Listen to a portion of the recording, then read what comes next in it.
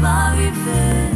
Allez, je dis à moi commander anti-faveur pour Dieu. Moi commander grâce. Grâce éternelle. Alors bonjour bien-aimés, je vous salue tous et toutes dans le nom de notre Seigneur Jésus-Christ. Donc vous êtes bien dans l'émission Le Temps de Réveil, ne vous inquiétez pas parce que vous ne voyez pas Pasteur Alain, mais nous sommes bien dans l'émission Le Temps de Réveil. Donc je vous salue tous et toutes de la part du Pasteur Alain. Il est en ce moment sur l'île de la Guadeloupe et justement, je tiens à vous inviter demain matin à partir de 9h30 à la salle de la solidarité scolaire, impasse des Écuries, La Régale, au lotissement Lajaille à Bemao pour un bon moment de louange, d'adoration et de prédication avec le pasteur Rodrigue et le pasteur Alain Villon. Donc si toi tu es de la Guadeloupe, tu nous écoutes, n'hésite pas à te rendre dans ce lieu demain matin à la Jaille à Bemao afin que vraiment vous puissiez passer un excellent moment, un moment de délivrance, un moment de guérison, un moment de restauration. Donc également je vous salue de la part du pasteur Alain. Je salue tous les différents pasteurs de la Martinique, les pasteurs de Guadeloupe, le pasteur Rodrigue, à Sainte-Lucie, le pasteur Lestra James, tous les pasteurs qui nous écoutent et sachez que c'est ensemble que nous allons pouvoir gagner la Martinique pour Jésus. Donc bien évidemment, je vous salue tous et toutes, tous ceux qui me reconnaissent, tous les membres du Temps du Réveil, la chorale, les jeunes, tous ceux et celles qui sont présents au Temps du Réveil. Donc je ne suis pas seul sur ce plateau ce matin, donc je vais inviter les deux serviteurs qui sont avec moi à saluer. Donc vas-y serviteur Georges. Oui, bonjour mes frères et sœurs de la Martinique, de la Guadeloupe, du monde entier.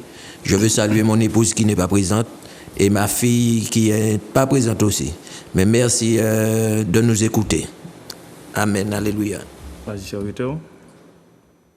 Bonjour tout le monde. Et moi, c'est Marvin. J'imagine que vous m'avez déjà vu, vous me reconnaissez, vous tous. Et que là, je suis là aujourd'hui au nom de Jésus et que je remercie Zouk TV sur le plateau, le technicien Grégory aussi, et que tous mes frères et sœurs et toute l'église du Temps du Réveil, avec ma famille, et aussi ma femme que je dis salut en ce moment même, que je remercie encore infiniment d'être sur ce plateau aujourd'hui. Au nom de Jésus, merci. Amen. C'est vrai que nous devons toujours remercier Zouk TV ainsi que Grégory qui a la régie parce que sans eux, nous n'aurions pas été présents aujourd'hui. Sans eux, l'émission n'aurait pas pu être réalisée. Donc vraiment, nous remercions Emmanuel Granier, nous remercions également Grégory qui sont ici présents. Ce matin, moi, je crois que nous allons passer un excellent moment dans la présence de Dieu. Vous savez, c'est vrai que quand je demande à Dieu sur quoi je vais pouvoir apporter sa parole, c'est vrai que Dieu m'a révélé le fils prodigue. Mais je me suis dit, mais quel est l'intérêt du fils prodigue? Et on connaît tous l'histoire du fils prodigue. On sait que c'est l'histoire d'un homme qui est parti de sa famille pour aller vivre sa vie. Il amène une vie de débauche, il amène une vie de bordel, jusqu'à ce qu'il sorte dans des conditions où il était obligé de retourner chez son père. Parce qu'il n'avait plus rien pour vivre, il n'avait plus de toit, il n'avait plus d'argent, il n'avait absolument plus rien. Et des fois, en tant que chrétien, ça nous arrive. Pas spécialement parce qu'on décide de quitter la maison familiale ou quoi que ce soit, mais des fois, on s'éloigne de Dieu.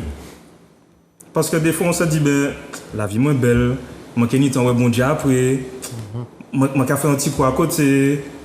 Alors que Dieu est amour. Et c'est pour ça que nous allons aller dans la parole, nous allons aller dans Luc 15, verset 11. Donc, mon frère Marvin, tu peux faire la lecture, s'il te plaît.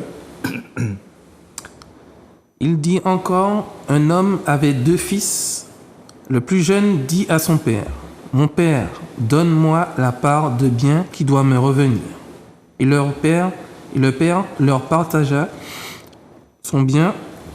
Peu de jours après, le plus jeune fils, ayant tout ramassé, partit pour un pays éloigné, où il dissipa son bien en vivant dans la débauche. Amen, arrête-toi là. Il dit encore qu'il y avait un homme, et cet homme avait 2 fils. Le plus jeune dit à son père, « Mon père, donne-moi ce qui me revient, donne-moi mon argent, donne-moi mon héritage, si tu as des bœufs à me donner, donne-moi des bœufs, si tu as des billets à me donner, donne-moi des billets, tout ce qui me revient, il faut que tu me le donnes. » Et au verset 13, peu de jours après, le jeune fils, ayant tout ramassé, partit pour un pays éloigné, où il dissipa son bien en vivant dans la débauche. Ça veut dire que ce jeune homme, le plus jeune, c'est pas le plus aîné, qui était déjà peut-être le plus mature, ou le plus fort, le plus apte à pouvoir quitter la famille, c'est le plus jeune qui a décidé de partir. Il a dit à son père, il faut que tu me donnes tout ce qui me revient. Ça veut dire que si tu devais me donner 10 000 euros, il faut que tu me donnes les 10 000 euros pour que je puisse partir. Et donc le père qui ne s'est pas dit, mais il ne faut pas qu'il parte, non, il lui a donné ce qui lui revenait afin qu'il puisse partir et aller, sans lui demander où est-ce que tu vas, comment tu vas faire. Il a simplement fait ce que son fils lui a demandé, papa, donne-moi, et il est allé. Et ce fils, quand il est allé dans un pays éloigné, on n'a même pas dit qu'il est resté dans la même ville, qu'il est resté dans le quartier à côté. C'est peut-être qu'il a laissé la Martinique pour partir en Guyane. Et puis il est resté, il a vécu sa vie. Il est arrivé, il avait de l'argent, il a commencé à boire, il a commencé à rencontrer des femmes, rencontrer des prostituées. Il vivait une vie qui pour lui était une belle vie. Amen. Généralement, quand tu as de l'argent, tu ne te soucies de rien. Tu arrives au centre commercial, tu donnes ta carte bancaire, tu ne regardes même pas le prix des articles. Parce que tu sais que le compte est rempli. Donc automatiquement, tu arrives, tu payes, clac, clac, c'est fini, c'est réglé, on te donne ton ticket de caisse, tu pars. Quand tu sais que tu as beaucoup d'argent, tu arrives chez le concessionnaire, tu demandes le plus gros modèle avec le plus gros moteur. Tu ne te casses pas la tête, tu sais que tu as l'argent pour payer. Mais une fois que la voiture est payée, est-ce que tu as l'argent pour pouvoir faire les révisions? Est-ce que tu as l'argent pour pouvoir changer les pneus? Est-ce que tu as l'argent pour pouvoir changer les plaquettes de frein? Ce même fils, il a décidé de partir. Il s'est dit, j'ai ce qu'il me faut, j'ai mon argent, je pars, je m'en vais. Je vais dans une destination que je ne connais pas, mais comme j'ai de l'argent, j'ai tout ce qu'il me faut, j'ai mon héritage, la vie sera belle. Son père lui a donné la richesse qui lui revenait. Donc, qu'est-ce qui l'empêche d'être à l'aise? Il est parti et il amène une vie de débauche. Continue au verset 14, s'il te plaît. Lorsqu'il eut tout dépensé, une grande famine survint dans ce pays et il commença à se trouver dans le besoin. Amen. Arrête-toi là. Lorsqu'il a tout dépensé, qu'est-ce qui s'est passé? Eh bien, il n'a plus eu de quoi manger. Il n'a plus eu de quoi survivre. Puisque une fois que tu as l'argent finit. Hein. Exactement. Parce que vous savez que bien aimé, l'argent reste dans notre main tant qu'on l'utilise de façon convenable. Mais si tu décides de dilapider tout ton argent, tu vas dans une soirée, tu sais qu'on vient de te donner une promotion, 1200 €, tu as une promotion, tu as une prime, et puis tu uses les 1200 € dans la soirée. En sortant de la soirée, les 1200 € sont plus là. Hein? Donc cet homme, il s'est dit, j'ai de l'argent, j'y vais, j'ai tout ce qu'il me faut. Il pouvait acheter de l'alcool, il pouvait pouvoir payer des femmes pour faire toutes sortes de choses, mais à un moment venu, l'argent c'est fini. Bien aimé, vous savez, des fois, nous, dans notre vie, on vit, on fonctionne, on se dit, ouais, mais j'aurai le temps de voir Dieu après. Je suis jeune, j'aurai le temps de voir l'évangile après, j'ai pas encore besoin de Jésus, je vis ma vie. Parce que généralement, les gens disent toujours, en bas là, c'est pas ni plaisir. Eh bien, bien aimé, préparons-nous parce que lorsque nous serons là-haut, que nous puissions nous dire, ah, on l'a ni bon plaisir. Que nous puissions vivre dans la louange, que nous puissions vivre dans l'allégresse, que nous n'ayons pas à me dire, aïe, bon Dieu, il fait chaud, aïe, aïe, aïe, je brûle, aïe, bon Dieu, mais comment je suis, je transpire, est-ce qu'il n'y a pas la clim? Non. Travaillons afin que lorsque Jésus reviendra, qu'il puisse nous dire, mais mon fils, tu as très bien travaillé, mon fils, je te connais, viens avec moi. Et donc ce même jeune homme, il a usé tout son argent. Et des fois, c'est ce que nous faisons. Nous n'usons pas forcément tout notre argent, mais nous vivons une vie de débauche. Nous vivons une vie qui nous a éloignés de Dieu. Et souvent on dit, mais oui, mais Dieu m'a oublié, Dieu ne me répond pas, Dieu ne répond pas à mes prières. Mais on dit, ah, diable a fait moi ci, diable a fait moi ça. Mais des fois, c'est nous-mêmes qui créons une séparation entre Dieu et nous. Parce qu'on a souvent tendance à dire, c'est le diable qui fait. Alors que des fois, c'est notre propre action, c'est notre propre choix de vie qui fait que nous mettons une séparation entre Dieu et nous. Ce n'est pas Dieu qui met la séparation, c'est nous-mêmes qui mettons la séparation. C'est pour ça que, bien aimé, ne soyons pas comme ce garçon qui a dit, papa, donne-moi tout ce qu'il me faut, je pars. Parce que des fois, quand Dieu nous a bénis, ben on oublie Dieu, on oublie l'église. Parce que tu es venu, tu as demandé une guérison. Une fois que tu as eu la guérison, ah, l'église, tu vis, tu es guéri, tu as demandé une guérison. Tu ne marchais pas, tu as dit, Seigneur, fais-moi marcher. Tu ne voyais pas, Seigneur, fais-moi voir. Du moment où tu vois, tu es guéri, tu marches, ah, l'église est finie. Tu retournes en boîte de nuit, tu retournes en soirée, tous les jours tu es au cinéma. Tu as oublié Dieu, donc tu t'es éloigné. Tu as laissé ton intimité avec Dieu pour découvrir notre intimité. Tu connais Madiana comme ta poche. Tu connais toutes les boîtes de nuit de la Martinique. Samedi soir, tu es en soirée. Dimanche matin, tu n'arrives pas à te réveiller pour aller à l'église. Moi qui allais l'autre jour. Le culte est en direct. Ça veut bien aimer. La parole nous dit il est bon pour des frères de demeurer ensemble.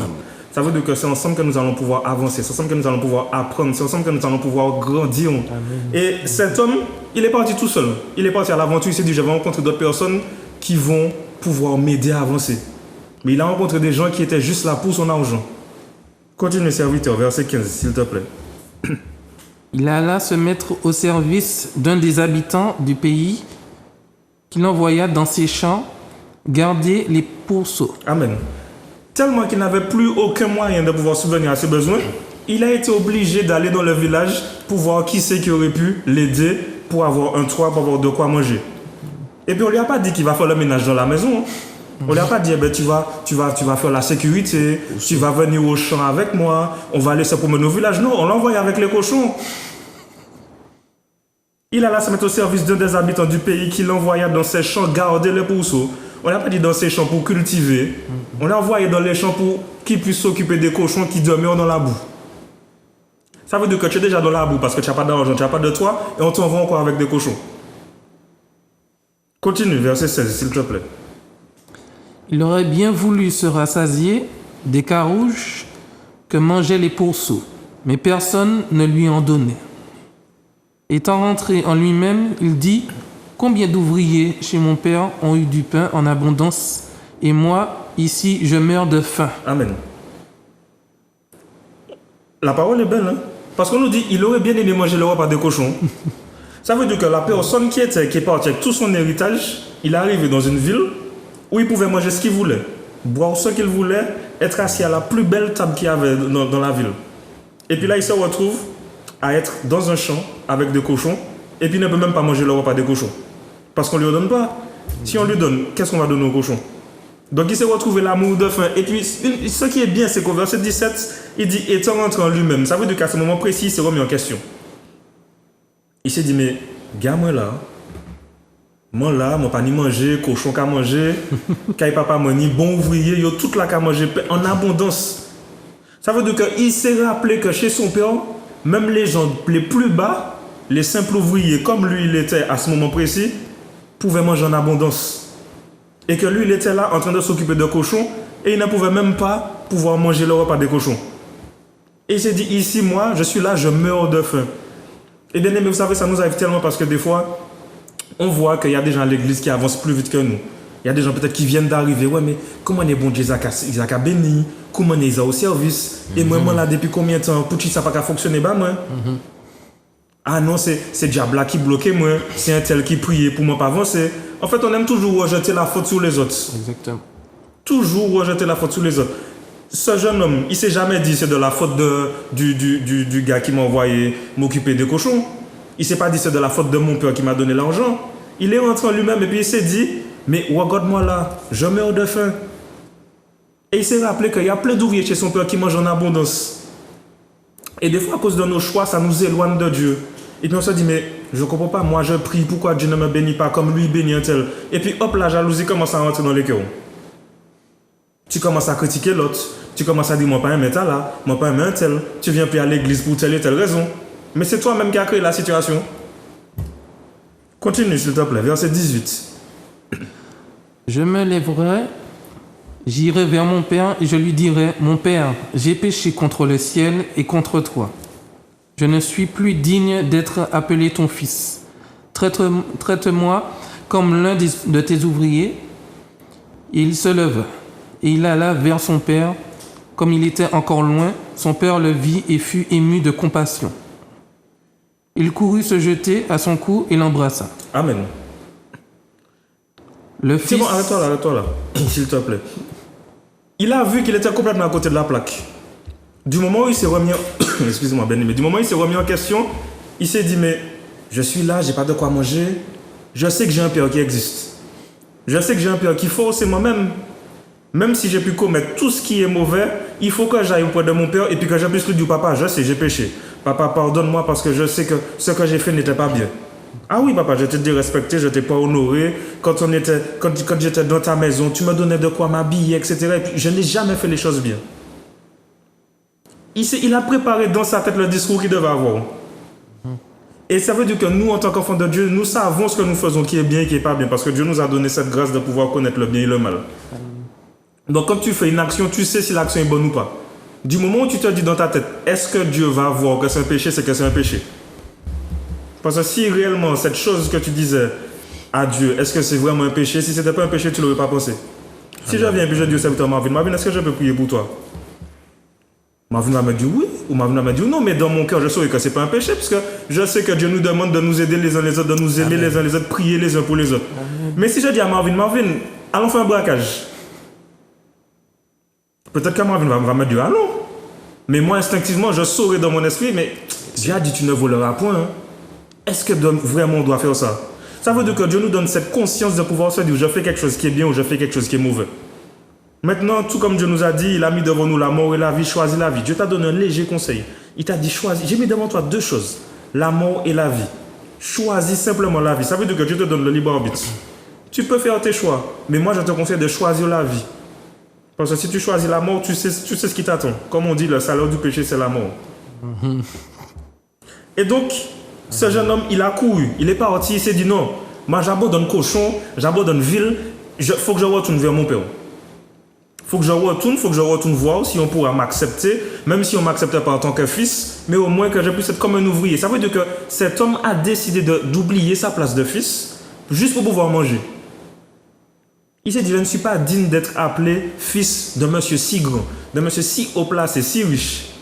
Simplement, traite-moi comme un simple ouvrier. J'aurai à manger, je suis tranquille. Et donc, il est parti, et la Bible nous dit, il courut, comme il était encore loin, son père le vit et fut ému de compassion. Ça veut dire qu'au loin, son père a vu qu'il revenait. Ça veut dire que pendant toute la période où il est parti, son père est resté assis en train d'attendre que son fils revienne. Il ne s'est pas dit, ah, mais c'est parti, ça c'est problème là. Il est resté assis, il a dit, j'attends que mon fils revienne. Et donc la Bible nous dit ensuite, il courut se jeter à son cou et le baisa. Lis le verset 21, mon frère, s'il te plaît, et l'embrassa. Le fils lui dit, mon père, j'ai péché contre le ciel et contre toi. Je ne suis plus digne d'être appelé ton fils.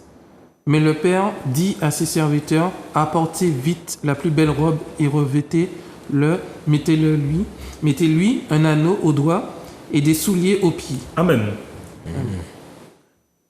Le fils lui dit, mon père, j'ai péché contre le ciel et contre toi. Il n'est pas venu dire, j'ai péché contre toi et contre le ciel. Il a dit, j'ai péché contre le ciel et contre toi. Je ne suis pas digne d'être appelé ton fils. Ça veut dire que pendant toute la période où il s'est remis en question, pendant toute la période où il est parti de la ville éloignée pour retourner auprès de son père, il a eu une période de réflexion. Il s'est dit, j'ai mal agi, j'ai péché. Ou encore tout ça de choses que j'avais chez mon père, j'ai décidé de partir, me retrouver dans des situations compliquées. Et vous avez bien aimé, des fois, nous tous, nous sommes dans cette situation-là parce que nous péchons. C'est sûr. Nous péchons consciemment comme nous péchons inconsciemment. Exactement. Amen. Mais par la grâce de Dieu, nous avons cette possibilité de nous remettre en question. Et de nous dire, mais est-ce que l'action que j'ai effectuée aujourd'hui était bonne? Est-ce que la façon dont j'ai parlé pour les frères était bonne? Est-ce que la façon dont j'ai répondu à tel frère, telle soeur était bonne? Est-ce que j'ai eu raison de me fâcher parce que le frère m'a pas dit bonjour? Exactement. C'est des raisonnements qu'on doit avoir tous les jours, se remettre en question. Tu arrives chez toi, tu te dis, mais Seigneur, dans la journée, j'ai fait ci, j'ai fait ça. Seigneur, je me repens de cette situation parce que je sais que c'était pas bon. Seigneur, si j'ai commis des actes qui n'étaient pas bons, je te demande de me pardonner. Vous savez, dans l'Ancien Testament, quand le peuple d'Israël devait demander pardon à Dieu, il devait faire plein de choses, plein de sacrifices, aller chercher des veaux par-ci, chèvres par-là, faire plein de choses. Et c'est même pas eux qui demandaient pardon, c'est le sacrificateur qui demandait pardon pour eux. Aujourd'hui, grâce à Jésus, nous pouvons directement aller auprès du Père. Amen. Parce que Dieu nous dit dans sa parole qu'il n'y a qu'un seul intermédiaire entre Dieu et nous, c'est Jésus. Ça veut dire que si tu fais ta prière au nom de Jésus, ta prière va forcément monter vers le trône de grâce, surtout si la prière est sincère et qu'elle vient de ton cœur. Ça veut dire que si tu as besoin de demander pardon à Dieu pour une situation, tu te mets à genoux, peu importe l'endroit où tu es, tu dis, Seigneur, pardonne-moi parce que j'ai fait telle erreur, telle situation, je sais que j'ai péché, Seigneur, je te demande pardon. Le Seigneur est juste, le Seigneur est amour. Et tout comme a réagi ce Père, c'est comme ça que Dieu veut réagir avec toi. Dieu n'attend pas à ce que tu fasses l'orgueil et puis que tu te dises, bon, je viens 2-3 jours à l'église, ou bien j'essaye de m'arranger. Dieu te dit, viens à moi. Reconnais tes erreurs et puis viens me demander simplement pardon. Je vais t'accueillir comme si tu n'étais jamais parti. Et là, ce Père, il a simplement dit à son fils, il a simplement dit à ses serviteurs, apportez-moi la plus belle robe.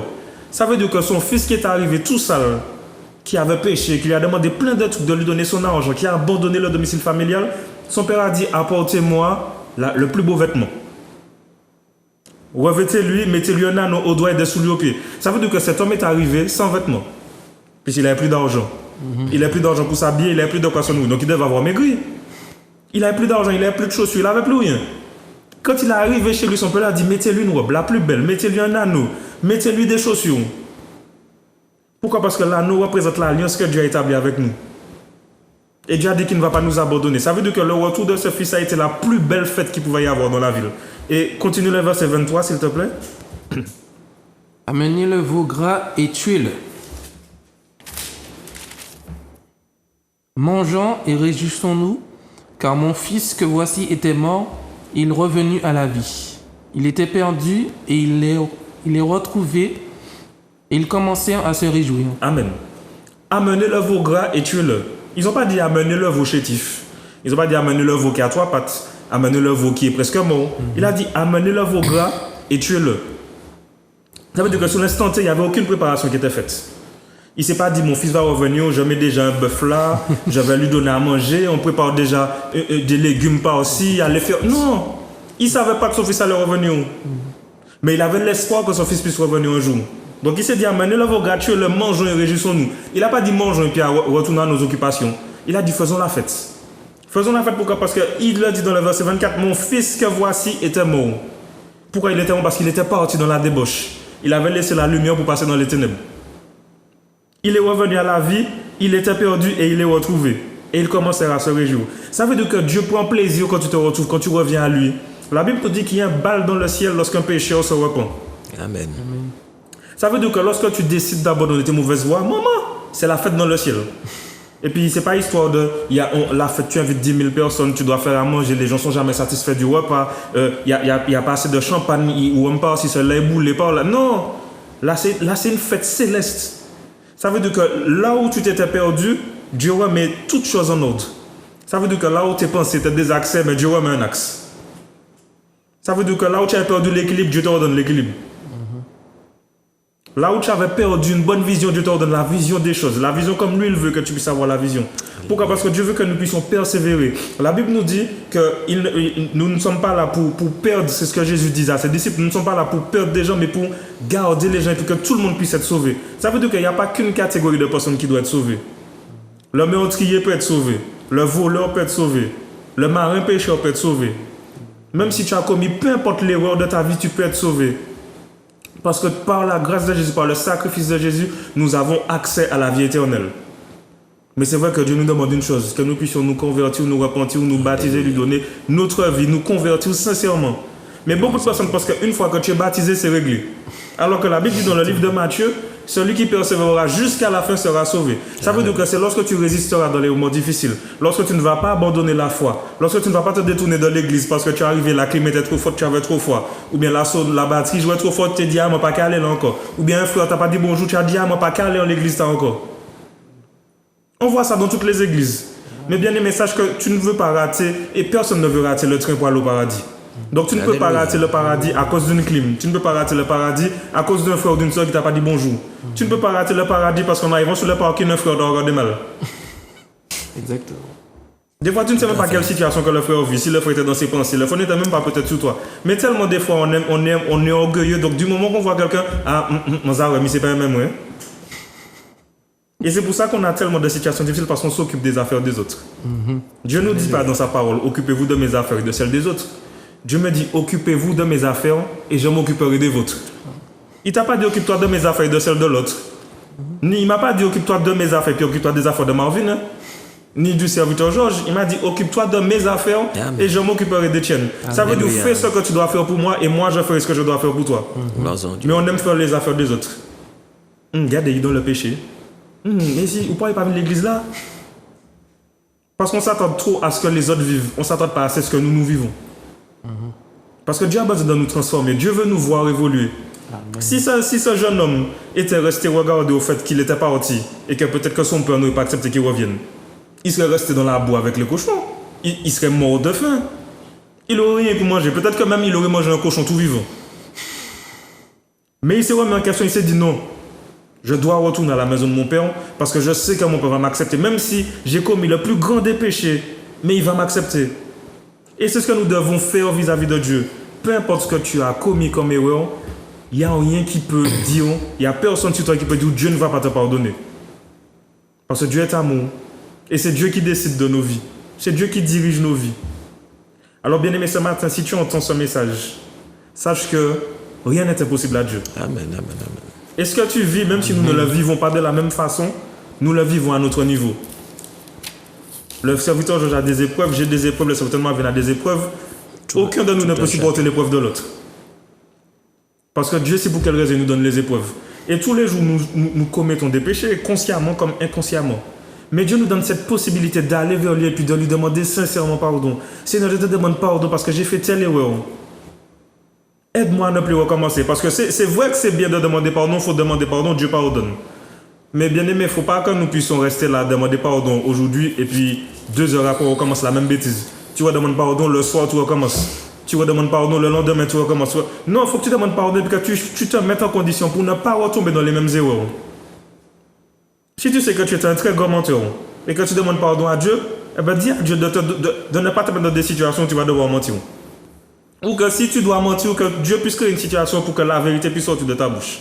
Amen. Et je vous dis ça parce que j'étais un très grand menteur. Je pouvais inventer une histoire là et puis raconter n'importe quoi à quelqu'un. Et j'étais tellement convaincant que peu importe la situation, l'histoire, la personne pouvait croire. Mais lorsque j'ai lu qu'aucun menteur n'héritera du royaume des cieux, je me suis mis en question. Amen, alléluia. Je me suis dit, mais est-ce que mentir va m'emmener loin? Exactement. Parce que généralement, on dit mentir pas ni mémoire, mais j'avais la mémoire. Hein. Mais je savais que mentir n'allait pas m'emmener au royaume des cieux. Mentir n'allait pas me permettre de pouvoir rencontrer Dieu. Donc j'ai simplement dit, Seigneur, regarde, j'ai l'habitude de mentir, je te demande pardon, il faut que ça change dans ma vie. Alors ce matin, si toi tu m'entends, tu sais que tu es dans une situation compliquée, demande simplement pardon à Dieu. Et vous savez, Dieu est juste. Et Dieu nous fait du bien et Dieu veut nous guérir.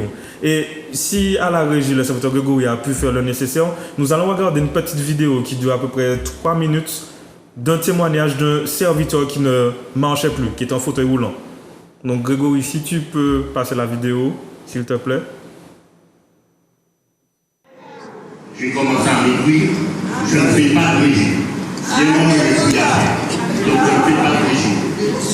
Dieu m'a promis, à travers la bouche de ce servant, de me maigrir, notamment la sœur Camille. Il m'a dit, frère, Dieu va te maigrir. La sœur Estelle aussi, Dieu va te maigrir. Je bénis le frère Marc et la sœur Estelle qui a été dès le début dans ce combat. Qui me visitait même à 9h du soir, à 8h du soir. Il faut bénir ces gens. Il faut bénir ces frères qui font le travail. Après leur travail, ils font le travail du Seigneur. Ils ont été là pour moi, ils m'ont encouragé quand j'étais découragé. Le pasteur aussi, je l'appelais des fois, il me disait simplement, tu as la victoire, frère. Et c'est la vérité. Je suis debout, je marche. C'est encore un peu fragile. C'est encore un peu raide. Mais quand on est resté 3 ans sans marcher, c'est normal. Mon miracle, c'est dans le temps. Un jour, je viendrai en courant ici.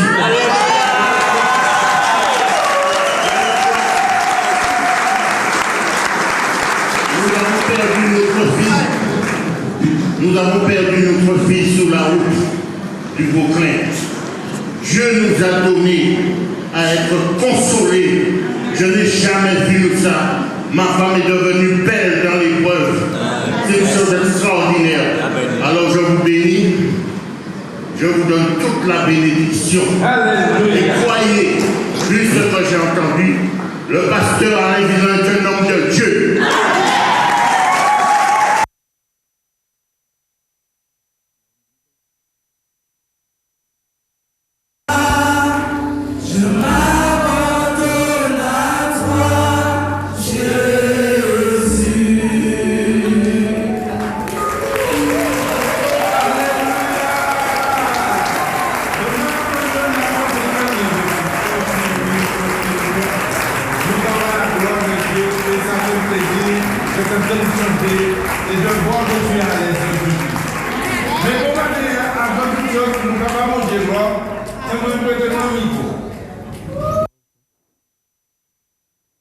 Alléluia. Et donc, nous remercions le serviteur Grégory qui fait un très bon travail à la régie. Et bien aimé, c'est encore une preuve et une démonstration de Dieu que le temps n'est pas fini. C'est vrai que nous disons tous les jours Jésus revient, Jésus revient. Et c'est une vérité, Jésus va revenir. Mais bien aimé, c'est une preuve que Jésus agit toujours en 2023. Cet homme nous a dit ça faisait 3 ans qu'il ne marchait pas. 3 ans qu'il ne marchait pas. Et grâce à Dieu, il a pu marcher. Alors bien aimé, qu'est-ce qui était possible à Dieu? Et ce matin, nous sommes avec une personne sur ce plateau. Vous savez, j'avais témoigné que j'avais des difficultés avec mon père, nanana, et que par rapport à son handicap, c'est vrai que je lui en voulais beaucoup. Eh bien, le serviteur Georges qui est avec nous sur le plateau, c'est mon père. Donc je peux vous dire que c'est une grâce et un honneur d'être avec lui sur le plateau. Amen, amen. Et aujourd'hui, il va pouvoir nous dire ce que Dieu a pu faire dans sa vie. Donc serviteur Georges, c'est à toi la parole. Oui, ouais, bonjour, bien-aimé. Mon fils, il n'a pas appris ce verset par hasard. Je vivais vraiment dans les débauches. Je faisais du n'importe quoi. C'était l'alcool, la cigarette, les femmes. Et un jour, je me suis retrouvé le 1er août 87. Je me suis retrouvé après un accident à Trinité. Et je suis arrivé en hélicoptère à la Ménard. Et un serviteur est venu me voir, il m'a donné Deutéronome 30, verset 19. Voilà, il y a la vie et la mort. Dans l'état où j'étais obligé de prendre la vie. Et depuis, le Seigneur a fait beaucoup de choses dans ma vie. J'ai une épouse, j'ai mon fils, j'ai ma fille. Et aujourd'hui, je peux leur dire que je les aime. Amen. Je t'aime aussi. C'était pas facile avant de dire que je t'aime. Mais aujourd'hui, je peux dire à mes enfants et à mon épouse, je vous aime. Gloire soit rendue à Dieu. Amen. Et donc, mais tu nous as dit que tu as eu un accident de la route. Donc, comment ça s'est passé? Est-ce que c'était un accident grave? Est-ce que tu pouvais continuer à marcher? Comment ça s'est passé? Non, je suis resté 1 année sans bouger. Et c'est un jour, j'ai dit au Seigneur, tu m'as promis la guérison, je veux marcher. Et je me suis levé dans le fauteuil, mon épouse était là avec moi. On n'était pas encore mariés. Hein. Et je me suis levé, le professeur qui m'a opéré, il était à Grenoble. Je suis tombé et on l'a fait appeler. Il a dit ce n'est rien. Et il m'a dit, le jour même, il ne croit pas en Dieu, mais c'est un miracle. Et jusqu'à maintenant, je vois les merveilles que Dieu fait dans ma vie. Et il n'a pas encore fini. Et donc aujourd'hui, tu te déplaces, tu n'es pas en fauteuil roulant, tu conduis ton véhicule, tu fais toutes tes affaires. Oui, maintenant je conduis, j'ai mon épouse, j'ai ma voiture, je peux aller où je veux, quand je veux, avec la grâce de Dieu. Amen. Bien-aimé, n'est-ce pas une grâce de se dire que tu as passé autant d'épreuves, autant de situations, être resté 1 an sur un lit d'hôpital sans pouvoir te déplacer, et puis Dieu te fait grâce. Amen. Parce que tu es revenu à lui sincèrement. Tu as dit, il faut que j'abandonne mon ancienne vie pour que je puisse donner ma vie sincèrement à Dieu. Et que Dieu te donne la grâce de marcher. Tout comme ce serviteur qu'on a vu dans le témoignage, il a dit qu'il est resté 3 ans à être assis dans un fauteuil roulant, à ne pas pouvoir marcher. Cette vidéo, je l'ai vue de mes propres yeux. Enfin, j'ai vu le témoignage, j'ai vu cet homme marcher de mes propres yeux. On l'a vu. On l'a vu marcher. Donc je peux vous dire que beaucoup de personnes pensent que ce sont des sketchs. Non, non, non. Le moment que les serviteurs vous passent en Guadeloupe, le pasteur Alain ainsi que le pasteur Rodrigue, le moment qu'ils vont passer dimanche s'appelle Viens et vois. Ça veut dire que tu viens et tu vois comment Dieu agit dans ta vie. Amen, amen. On a souvent tendance à dire ouais mais c'est bail diable, nanana. Bien aimé, du moment où tu viens, tu verras la gloire de Dieu. Parce que souvent on se focalise sur ce qu'on entend. Comme on a entendu ci, on a entendu ça, ben mon pas calé. Bien aimé, les gens même qui te disent de pas aller viennent. Ah bon.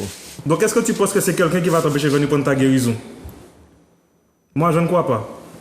Donc, viens simplement et vois. Donc, toi qui es en Guadeloupe ce matin, qui est malade, qui ne marche pas, qui est en fauteuil roulant, qui est sur un lit, va à la Jaille, la salle de la solidarité scolaire.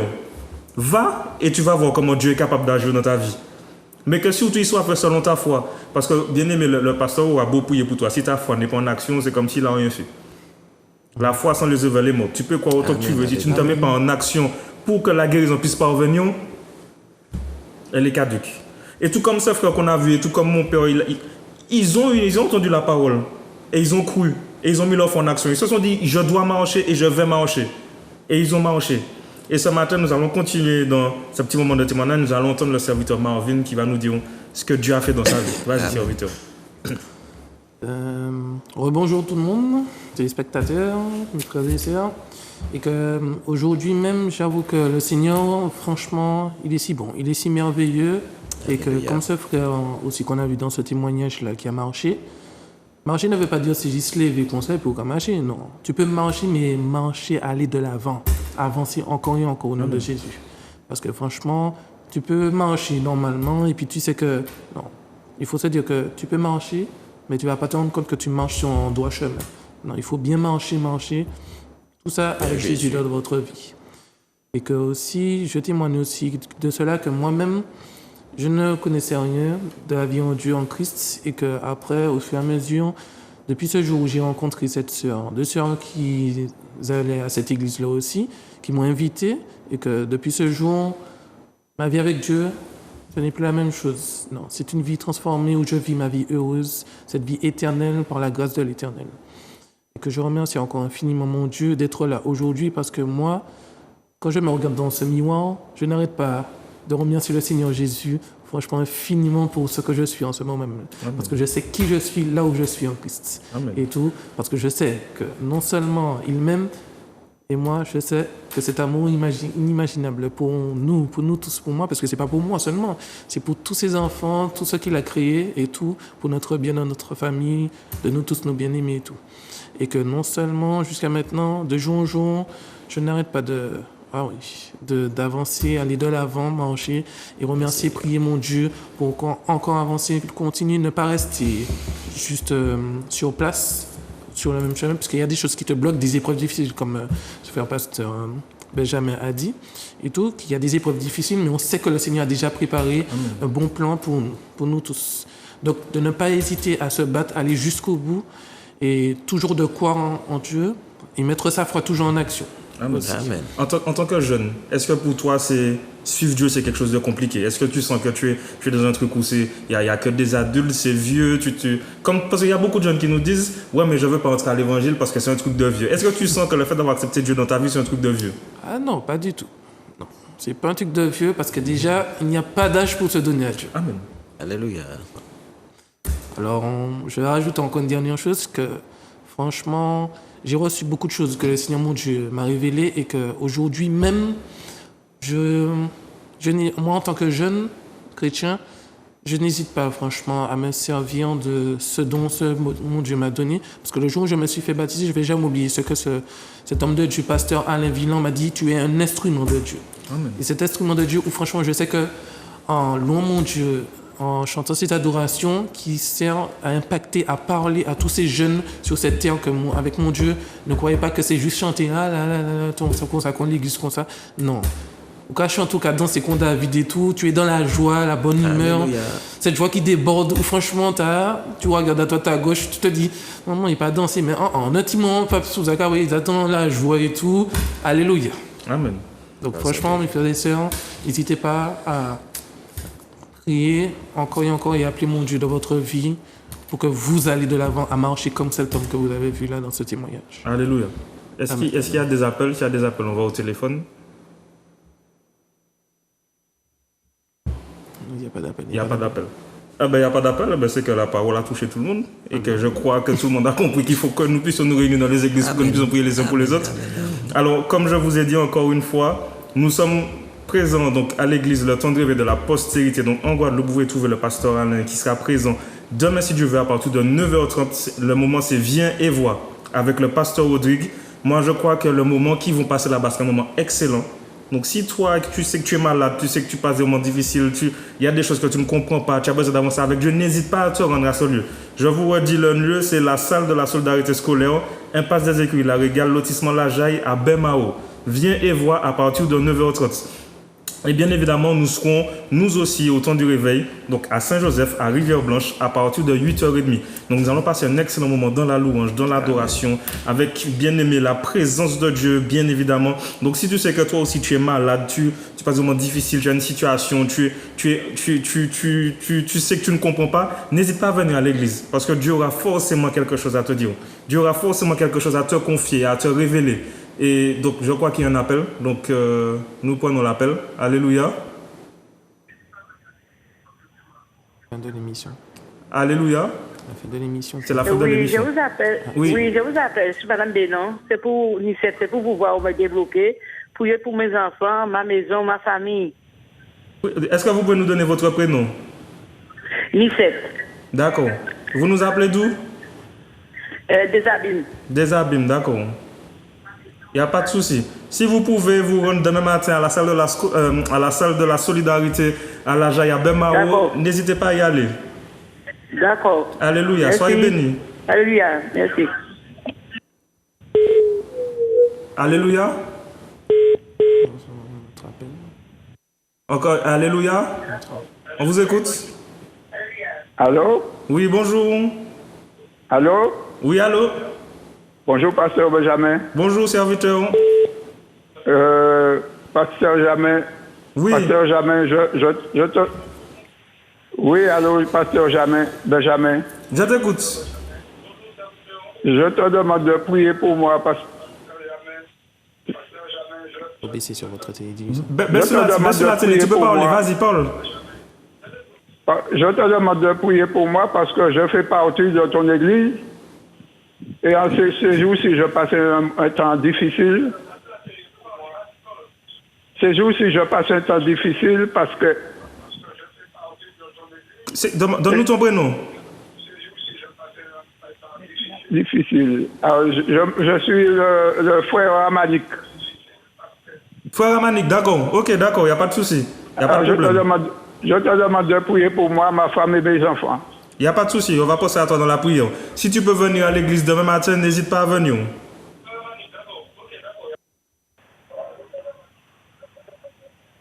Alléluia, on prend notre appel. Oui, allô, bonjour. Oui, bonjour. Oui, je vous appelle du Lamentin. Oui, d'accord. J'appelle du Lamentin. Il n'y a pas de problème. De Lamentin Guadeloupe, Lamentin Martinique. Lamentin Martinique. Alléluia. Oui.